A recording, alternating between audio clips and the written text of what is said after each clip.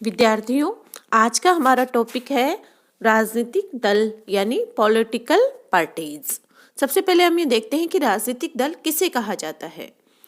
मानव जो है वो एक विवेकशील प्राणी है और मानव की इस विवेकशीलता के कारण एक ही प्रकार की समस्याओं के संबंध में भिन्न भिन्न व्यक्तियों के द्वारा विभिन्न प्रकार से विचार किया जाता है। विचारों की इस भिन्नता के साथ ही अनेक व्यक्तियों में आधारभूत बातों के संबंध में विचारों की साम्यता भी पाई जाती है। विचारों की समानता रखने वाले ये व्यक्ति अपनी सामान्य विचारधारा के आधार पर शासन शक्ति प्राप्त करने और अपनी नीति को कार्य रूप में परिणित करने के लिए प्रयत्नशील रहते हैं और इस उद्देश्य को दृष्टि में रखकर उनके द्वारा जिन संगठनों का निर्माण किया जाता है उन्हें ही राजनीतिक दल कहा जाता है। अब हम देखते हैं कि राजनीतिक दलों की जो है परिभाषा किस प्रकार से दी गई है।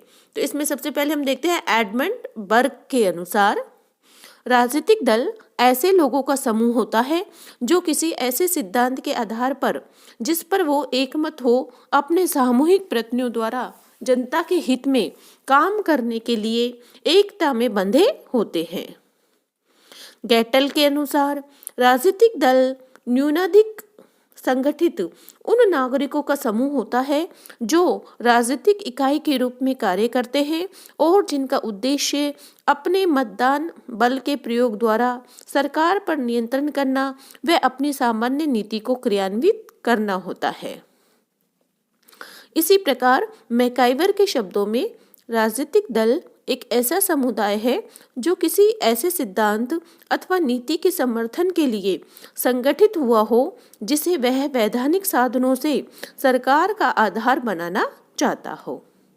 तो इस प्रकार जो है हम देखते हैं कि राजनीतिक दल जो है वो एक विचारधारा वाले व्यक्तियों का समूह होता है और जो एक राजनीतिक इकाई के रूप में कार्य करते हुए सरकार पर नियंत्रण या सरकार बनाते भी हैं और सरकार पर नियंत्रण का प्रयास भी करते हैं। यानी जो पक्ष में है सरकार तो वो सरकार बनाएंगे, विपक्ष में है तो सरकार पर नियंत्रण करेंगे। तो इन परिभाषाओं के आधार पर राजनीतिक दलों के कुछ तत्व जो है आवश्यक उभर कर बताए जा सकते हैं। इनमें सबसे पहले है संगठन, है ना। राजनीतिक दल जो है का जो सबसे प्रथम आवश्यक तत्व है कि वे संगठित होने चाहिए। आधारभूत समस्याओं के संबंध में एक ही प्रकार का विचार रखने वाले व्यक्ति जब तक संगठित न हों उस समय तक उन्हें राजनीतिक दल नहीं कहा जा सकता। राजनीतिक दलों की शक्ति उनके संगठन पर निर्भर करती है और संगठन के आधार पर ही उनके द्वारा शासन शक्ति प्राप्त कर अपनी नीति को कार्य रूप में परिणित करने का प्रयत्न किया जा सकता है। दूसरा जो तत्व है इनका वो है सामान्य सिद्धांतों में एकता, है ना। राजनीतिक दल का संगठित रूप से कार्य करना उसी समय संभव है जबकि राजनीतिक दल के सदस्य किन्हीं सामान्य सिद्धांतों के संबंध में एक ही प्रकार का विचार रखते हों। मूल प्रश्नों पर इस प्रकार की एकमतता के अभाव में वे परस्पर सहयोग नहीं कर सकते। यदि कुछ व्यक्ति अपने किन्हीं विशेष स्वार्थों के आधार पर संगठन की स्थापना भी कर लेते हैं तो इस प्रकार के सिद्धांतहीन संगठनों को राजनीतिक दल न कहकर गुट ही कहा जा सकता है। यानी कुछ उनके आधारभूत सिद्धांत होने चाहिए जो मूलभूत प्रश्न है विकास के हैं, सामाजिक समस्याओं के संदर्भ में है, तो उनमें जो है कुछ एकमतता होनी चाहिए जिससे कि वो साथ काम कर सके। तीसरा है संवैधानिक साधनों में विश्वास। राजनीतिक दल के लिए यह आवश्यक है कि वह अपनी नीति या विचारों को कार्य रूप में परिणित करने के लिए संवैधानिक मार्ग का अनुसरण करे। मतदान और मतदान के निर्णय में उनका आवश्यक रूप से विश्वास होना चाहिए।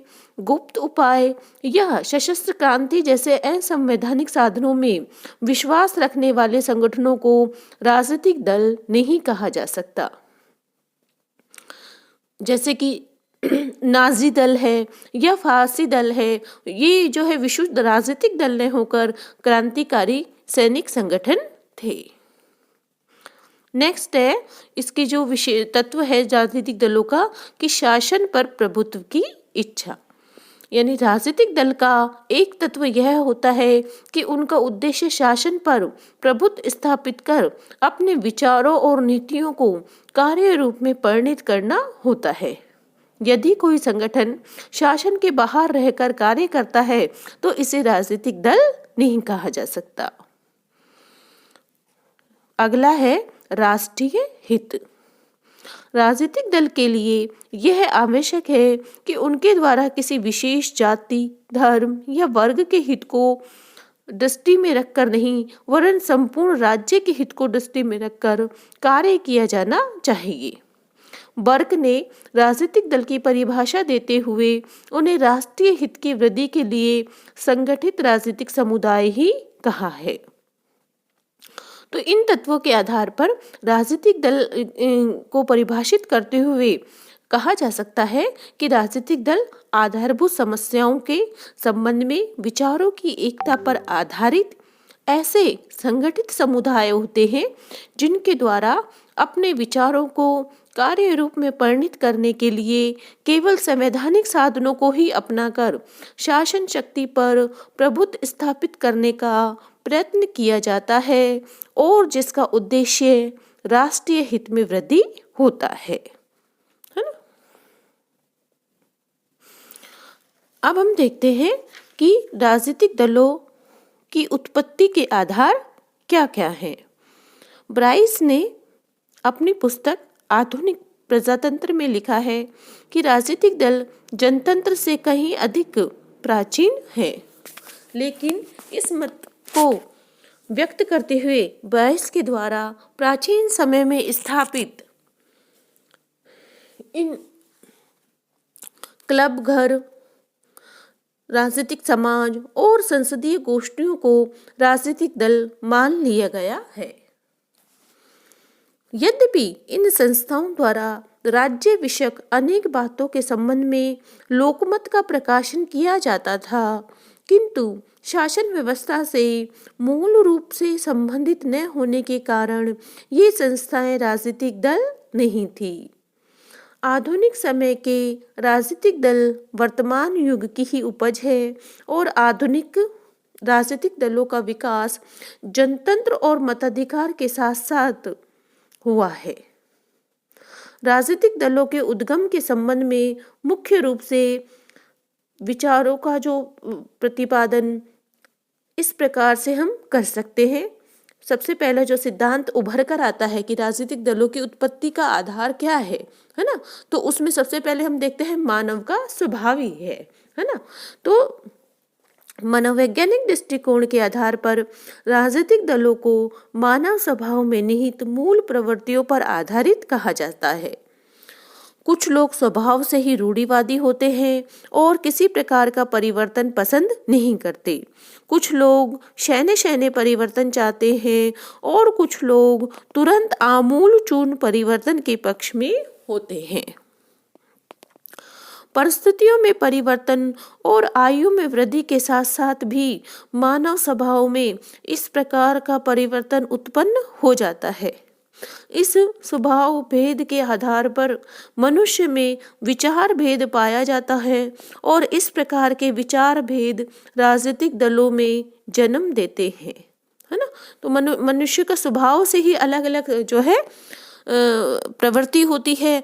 कुछ लोग तत्काल परिवर्तन चाहते हैं, कुछ धीरे धीरे परिवर्तन चाहते हैं। तो ये मानव स्वभाव है, हर व्यक्ति का स्वभाव जो है दूसरे से भिन्न होता है। तो इसी के आधार पर राजनीतिक दलों का जो निर्माण भी उसी आधार पर होता है।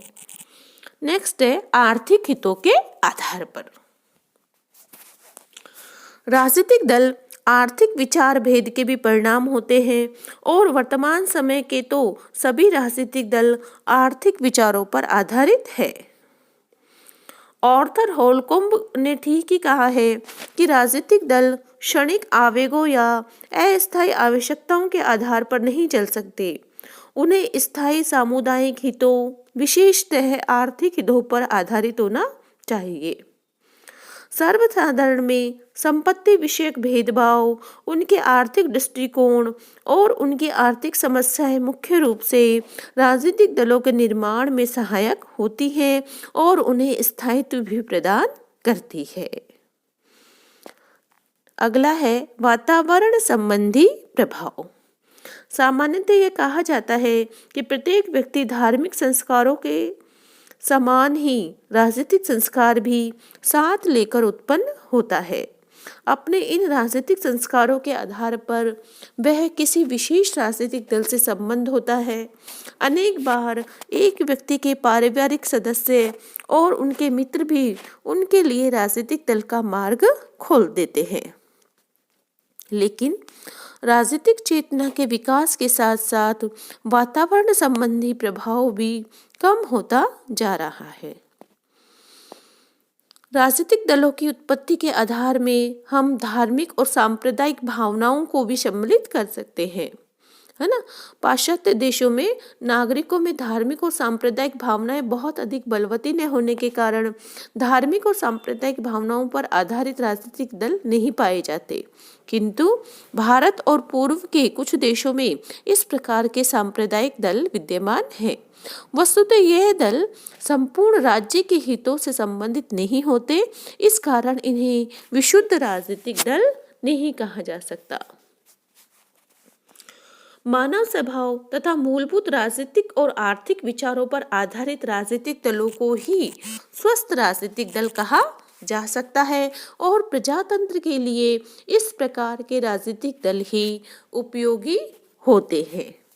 तो आज की वीडियो में हम इस प्रकार में हमने राजनीतिक दलों के अर्थ, परिभाषा, उनके संगठन के तत्व और उनकी उत्पत्ति के आधारों पर चर्चा करी। फिर से इस टॉपिक को अगले वीडियो में हम जारी रखेंगे। धन्यवाद।